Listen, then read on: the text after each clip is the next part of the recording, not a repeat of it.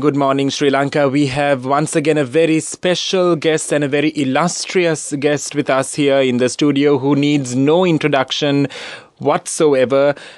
He is currently the chairman of the Sri Lanka Ports Authority. Of course, we have former Army Commander Daya Rathnayaka, who was the 20th commander of the Sri Lanka Army and a gallant hero and a national leader who dedicated his self and life together with other national heroes for our country. So we do not need to introduce you even formally because our listeners and public know you, sir. A very good morning to you once again, Commander Daya Rathnayaka. Thank you so much, Jenerel, for gracing our studios and for taking your time off your busy schedule to talk to us.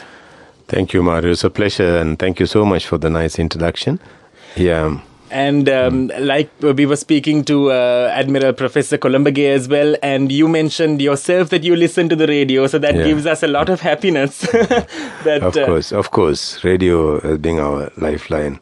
Before TV came. Yes. And I must mention here one thing that we used to go. I joined the army in 1980 and first time went to India in 1981. That was a place called Belgaum, that is between Bangalore and Mumbai. Yeah.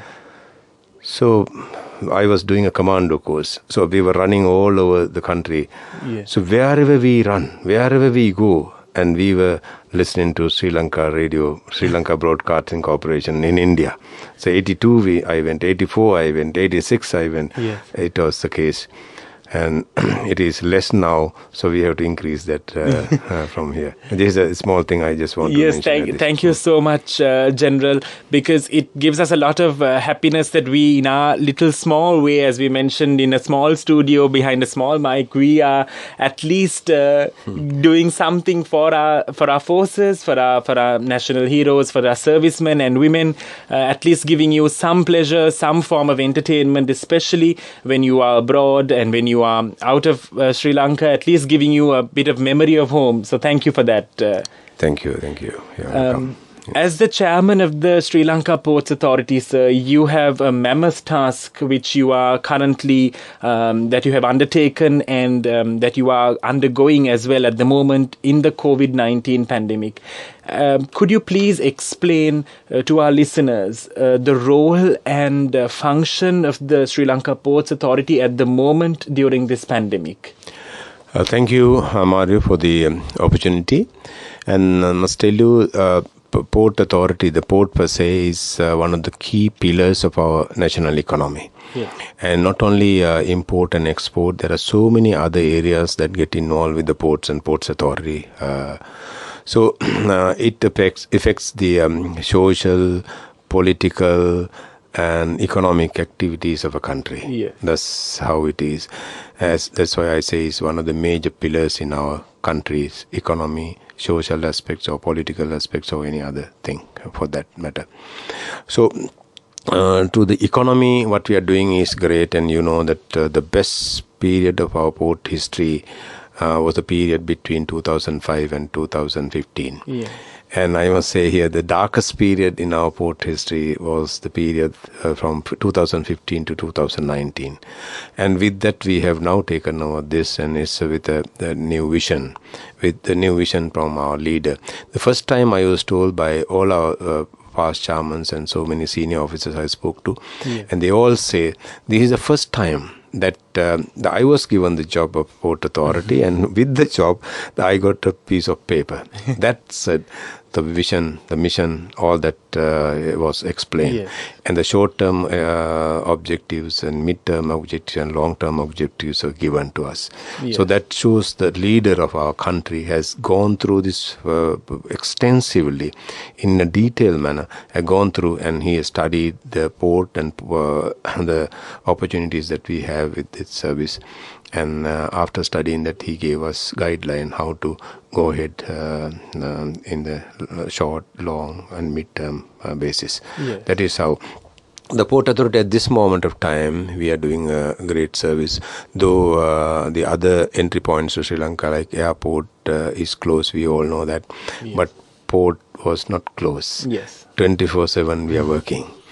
And we have staff of about 10,000 people with the guidelines given to us from the Ministry of Health. Yes. We 100% adhere to those guidelines. With that, we have curtailed the numbers. We have only 1,500 to 2,500 people working in the port now. Yeah. We get in, we fulfill all the requirements, basic needs, coming and going. All that is we handle. Average ships coming to the port is no, there is no hindrance, and Yes. a normal rate it is coming. Average about 15 to 20 ships per day come to Colombo. It is coming like that. But I must tell you at this moment, there is an increase of 2.2% of ships arrival to the port. Oh, really? It is quite amazing. Yes. And but number of cargoes reaching has gone down because we have stop importing non-essential items. Yes. As a result, there's a reduction. Otherwise, we 24/7 we are doing our service to the country, and all our staff I must appreciate at this moment. And with these difficulties, because most of the staff, that our home people don't like us coming out from home, and the relations don't like, the friends don't like, the villages and other people in the community don't like people coming out and getting into the community. Yeah. So with all these challenges, our people are coming and doing the service. So I must appreciate that also at this moment. So sum up, so all what is required to the country at this moment, we are doing with a minor staff, but 100% our requirements we are meeting with a reduced staff. Yes. General, the Sri Lanka Ports Authority, as you said, is in a way the hub of Sri All Lanka, economic activities. the economic activities, Yes. and you play a very central role in managing the economy Yes. and economic activities. Yes. If you could highlight certain aspects of this in the future, the economic, how we are going to kind of mitigate the economic activities of COVID-19 and the role of SLPA in that. Yes, the other thing, like a COVID-19 kind of pandemics, this is a place where these things can come to the country. Yes. Not only at this moment, and this also must take a minute to highlight this one. The Port Authority, when you say the ships coming into the country, when we say that, a lot of people don't know. They think the Port Authority, the management people allow the ship to come in and go out. Like the first group of people who give the kind of endorsement for a ship to come into the port is the Health Authority. Okay. It is not because of now. Yes. That's the situation now, but it is has been the practice always. Okay, yes. So there is a port health organization. Yeah. We call it port health organization under the Ministry of Health. There's a separate doctor and a team inside. Yeah. So they are the people who study. Now, of course, there are advanced system to judge from ship when it starts sailing towards Sri Lanka from the last port of leaving the port. We come to know all those details. And they have a system of checking. The health authority check it, and they have criterias, and if the criteria is being fulfilled, they allowed. And the first group organization give approval for a ship to come inside the port. It's the health organization, health authority. So once they give, then the first man once a ship come on into the port, the first person to get into the ship is also a doctor. Yeah. So these things people don't know. Yes. Doctor goes inside and check everything, and everything fine. Then only the other people go and interact under normal circumstances. This is under normal circumstances. So now we have advanced those things. Yes. As a result, now people can't go on board. As a result, we have device system, but still the doctor is the one who takes the leadership. Yes. So, so this is how it is done. So, health-wise, we have taken 100% precautions. There is no problem. There is no chance of anything coming into the country. So that is we have prevented at the beginning itself. We prevented outsiders coming on ground. Yes. So though the ship come to the pier, the terminal, we don't allow people inside to come out. Yes. So there are three ways that the people can come into a port. Outsider can come into the port. First thing is the largest number comes as tourists, and we have passenger. The cruise is a big business in the world. So the last month there were 22 cruise ships were to come to Sri Lanka. Only 16 came.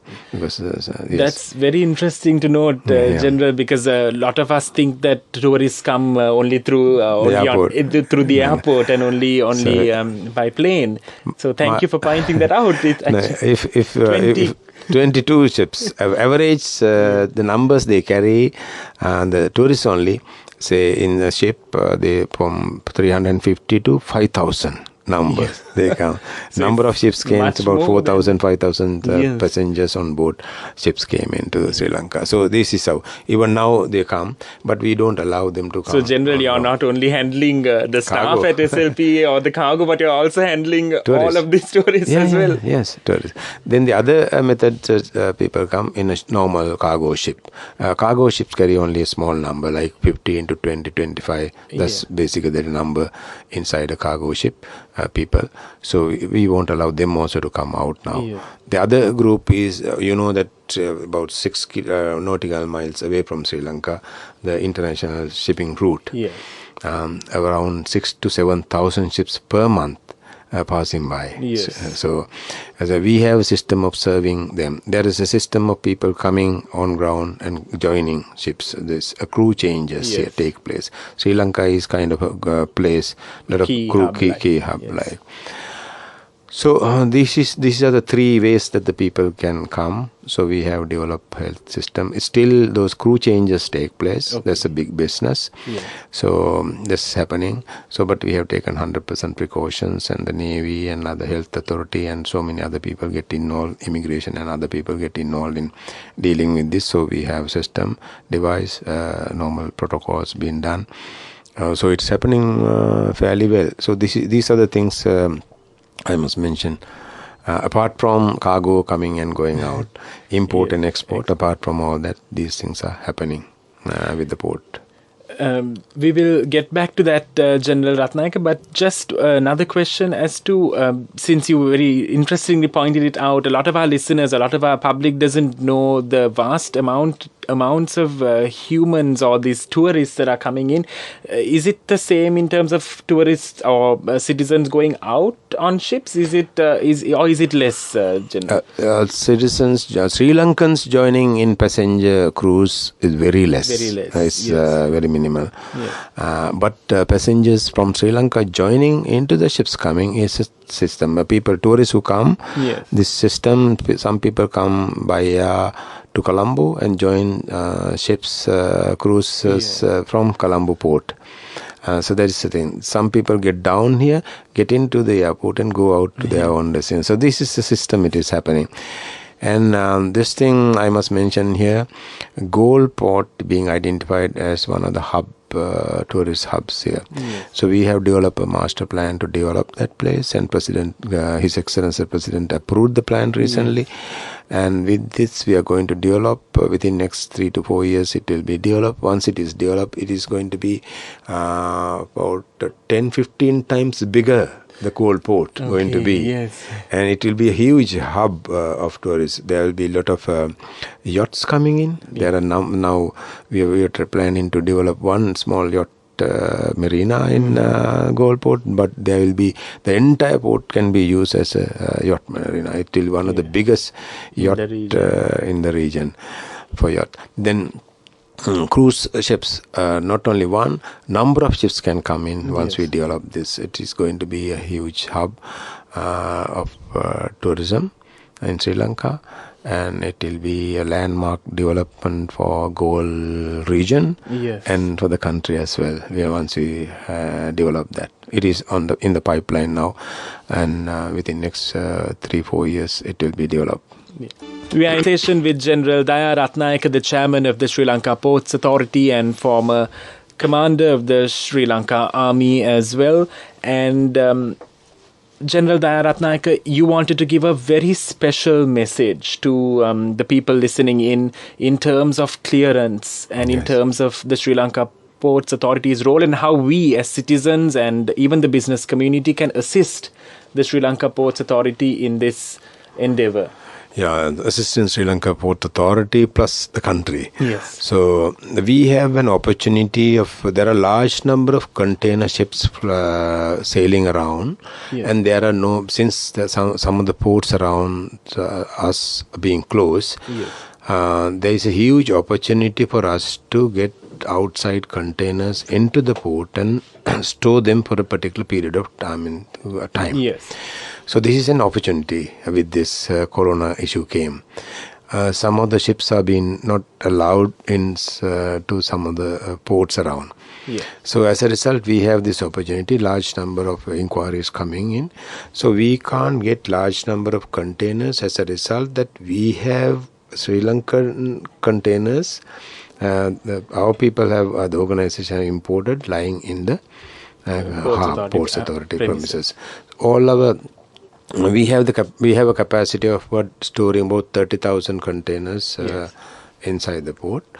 So it came to a point, and we were stuck with about 27,000 containers within the port. Yeah. So we had to make special appeal to the people, and now it is being reduced. We have come up to about 12,000 containers now. We are requesting people and the owners of these containers organizations to get these things out, because we have a huge opportunity. We understand your supply chain is somewhat disturbed. As a result, you also have issues. You have bank issues, financial issues, you have storing facility, you're transporting, and all the issues. Actually, we have to understand this is a pandemic. All of us are in trouble.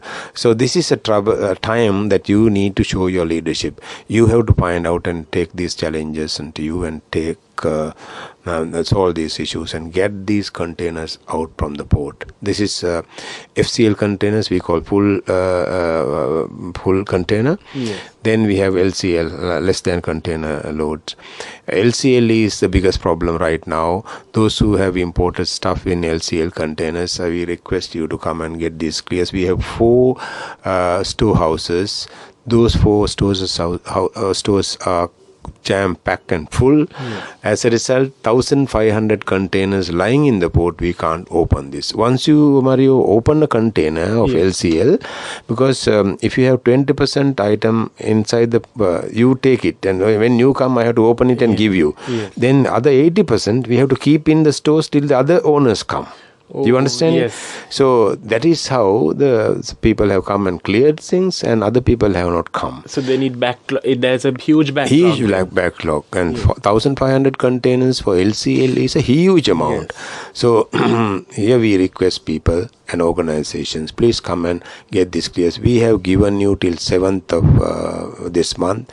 After 7th, you will not have this free period, and beyond that we are going to charge you. It will be a big amount, and why do you want to pay these amounts? And please get this cleared, and you are helping the Port Authority, you are helping yourself, you are helping the country.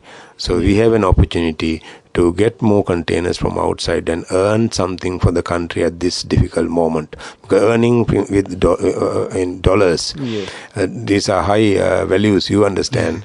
So we need to get this opportunity, exploit this opportunity that we have got.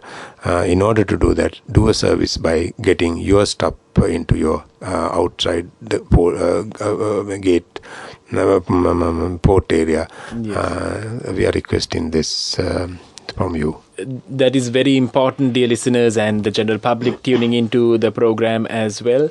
Especially because it's creating a backlog, General Daya Rathnayaka requests you to kindly attend to this before the 7th, after which there will be a penalty. Yes. And on a different note, General, it's as we were in conversation with Professor Admiral as well in the morning, it's really fascinating how your initial and your entire your journey, your life has been the military, and now how you have shifted to civic duties and management. Could you please tell our listeners about that? That's very fascinating, actually, how the switch. Yes.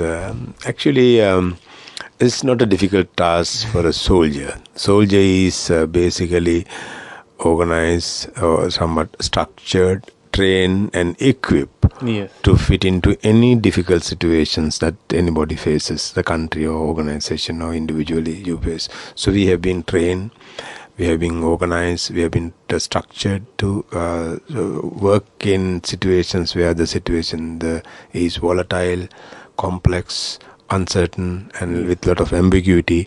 So we become normal at this moment. Other people get excited, emotional or whatever, but we soldiers have been trained to be normal, you to maintain your mind calm, clarity. Then we call five senses. We keep our mind free and exploit all your five senses to the fullest. And we work. So this is how people have been trained. So we have been trained, and so I was given a job of managing a port, and I never knew it was. Is it similar, General, to managing, or is it very different? No. It's when you come to reach top level of management, at the strategic level, top level, all become quite one. The management. Management is whether you manage a soldier, whether you manage a war, whether you manage a business organization. Fundamentals remain same, Mario. Little difference because when you're fighting, there's a different thing. But when it comes to management, it is quite the fundamentals the same. So since we manage things in difficult situations, volatile, complex, uncertain situations. Here it is a serious issue. The uncertainty, complexity had come with Corona. So we become homely when you get into a job like that. Danger is unseen. Unseen.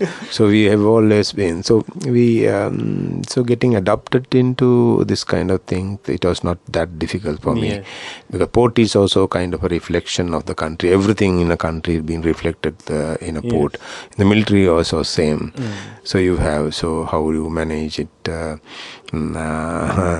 get the people to work and motivate people. When as a leader, motivating people is the last thing. So you have to, as a leader, you have to explain the purpose, and you have to give them right directions, then motivate people. So at this moment, I must commend the people who are working in the port also. They go beyond their normal call of duty and come and risk their life. Initially, I was mentioning.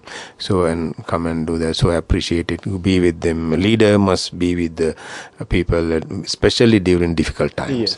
So I go to my office day and night because 24/7 we are working, and I go to the port authority, especially on a holiday or New Year Day, Poy Day.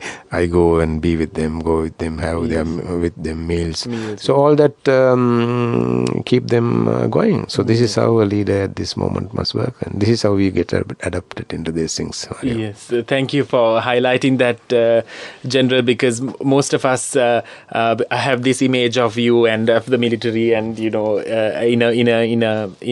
a different setting, and to even see you in tie and all dressed up in as our producer said, in civil, it's actually a different experience for us, and it's amazing as to how, as you said, you can adapt, and I don't know how we will adapt behind the mic if you change the music, but I think that's something very interesting you spoke about. Before we wind up our special program today, General, your final message once again to the people, and especially the business community and those involved with the Sri Lanka Ports Authority.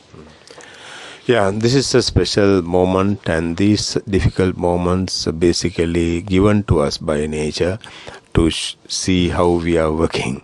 And here as a country, we have done marvelously well, exceptionally well, because our leader has taken the leadership, and this is the first time, in my personal opinion, we got a leader who is considered to be a knowledge-based, mature leader.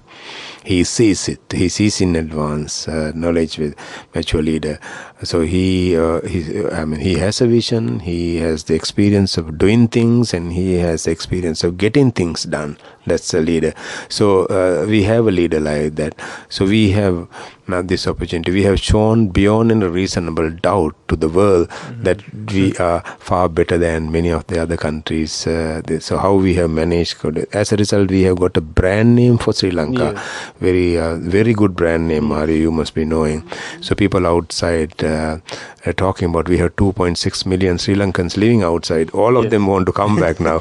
So that's the level. So that is, even the other people, those who come to the Port Authority, also they talk. As a country, we have got our country image into a very high position. And as a port, I must tell you, during this period, not a single ship was delayed even for a second. They were not there. They were right on schedule.